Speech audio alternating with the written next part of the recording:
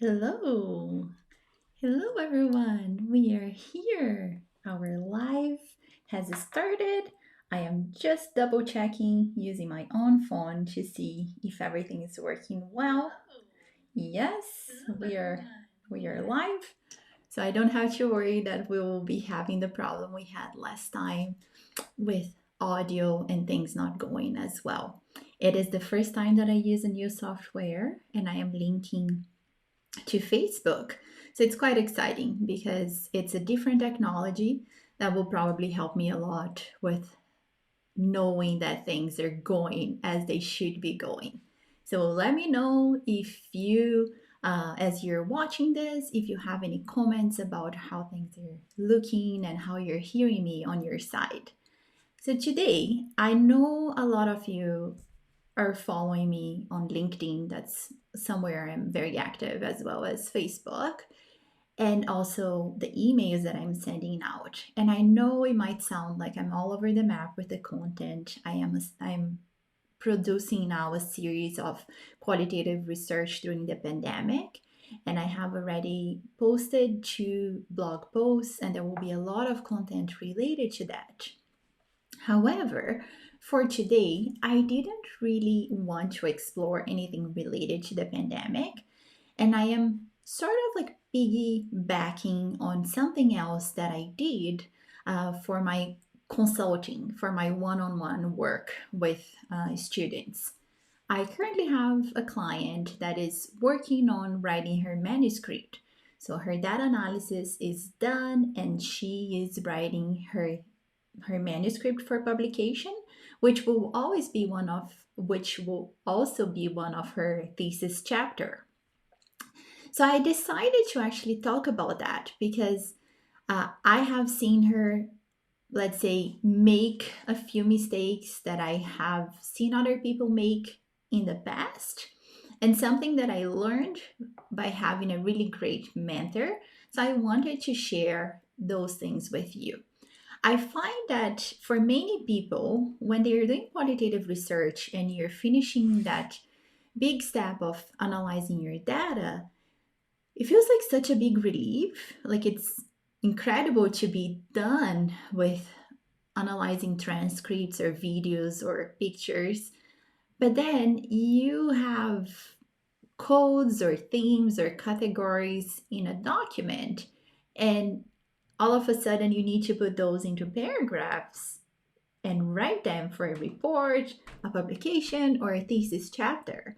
And you have that question of how do I make this leap? How do I make that happen?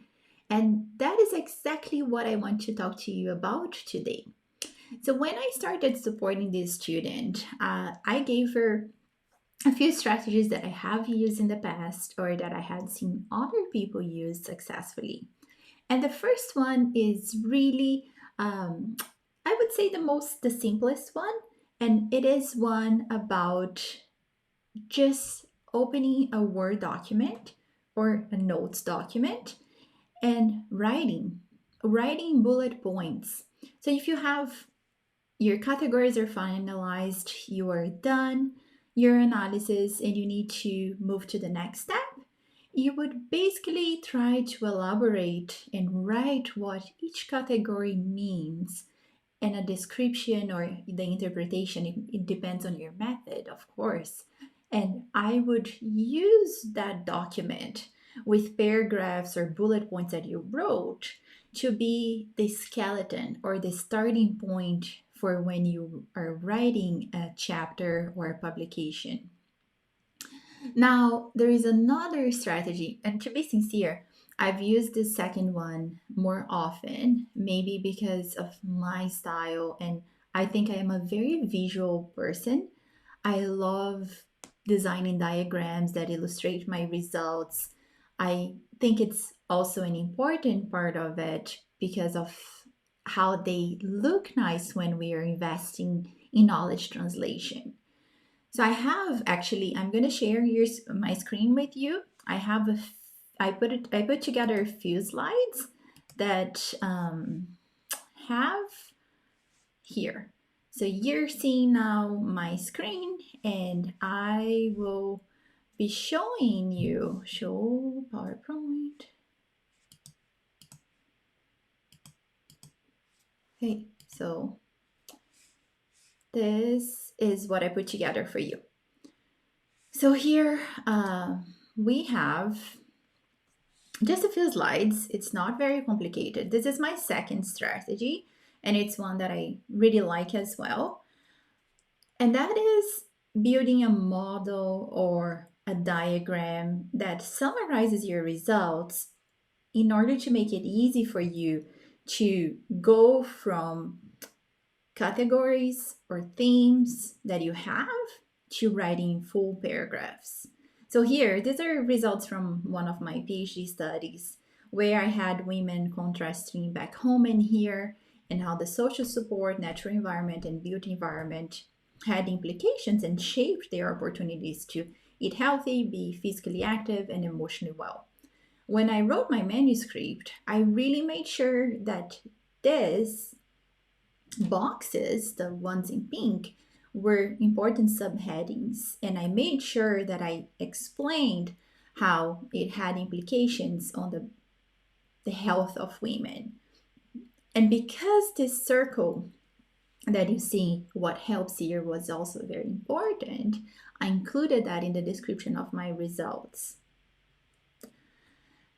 But I wanted to also share with you that before I had that diagram, for many, many conferences, I had this presentation where I showed my results, and really it was an animation. It's not a fancy video. It was only showing how the culture, the environment were conducive to women feeling healthy, and most importantly, their we culture made sure that women were feeling like they were treated as queens, and how that shape their perception and experiences of health back home versus when they moved to a peaceful country but where they didn't have as many supports.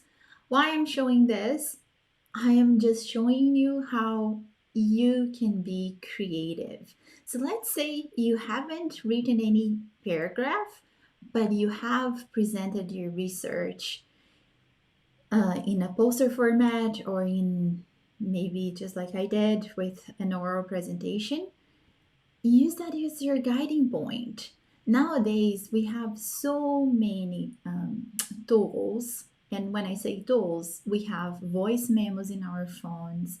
There are services such as speak.ai, that's a Canadian company, or searchy.io that provide transcriptions for a very low cost. So if you're talking to yourself or you're recording something with your phone and you're just describing what you did here, you might use that, get that transcribed, and use that as your starting point for your results section. So those are just things that I wanted to show with, with you. As you see here, many things popped there. And this was another example for another publication, another study that I had. And it shows perceptions and experiences and what shaped those. And this really reflects what ended up in my publication in the results section. So I find it useful to do something like this between finishing my data analysis and having categories and codes, and moving to the next step, which is writing that out in a manuscript. So these results are published. You can see there, they are available if you can download them. And this to emphasize that besides everything that they were facing, they were also living in rural areas where those adversities were intensified. And that is captured in my manuscript. And I think it really helps to have something like this before jumping to the writing phase. So very basic. I don't have anything else in this presentation to share with you. I wanted to just make sure that you saw that, and I hope it helps you in some shape or form. The other point that I want to make, and I think it's actually the one that made me want to do this live, is about not making your results all about quotes. If you know me, if you see, if you have seen me presented, you know that I love my quotes. I love including participants' quotes because I think they bring so much to qualitative research. It's your participant's voice, it illustrates what you're saying, it's illustrating your description or interpretation. Let's make that clear depending on the method that you're using. My data analysis has been very descriptive to this point in the studies that I have done. So whenever I describe something, I really carefully choose the quotes that I am presenting, so I emphasize and I drive that message home and I show this is something my participants were saying. However, I have seen many students, and this is what I'm seeing with the student that I am working now, too many quotes.